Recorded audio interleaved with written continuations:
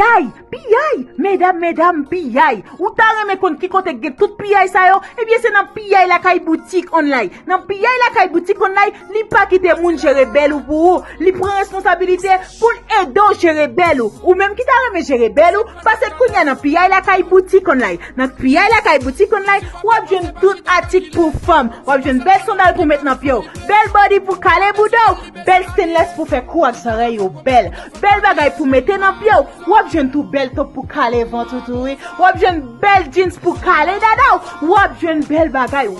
PIYAY Lakay c'est ça net. Belle bout de pantalon pour caler cuissou. Ou ap jwenn belle culotte tout pour bailler ménage la chaud. PIYAY Lakay c'est ça net. Ou même qui t'a remis gérer belle ou même qui pas quitter moun gérer belle ou pour parce que kounya dans PIYAY Lakay ou carrele nous dans numéro 39 22 79 20 pour placer commando comme ça tout ka visiter page Facebook nous qui c'est PIYAY Lakay Boutique online.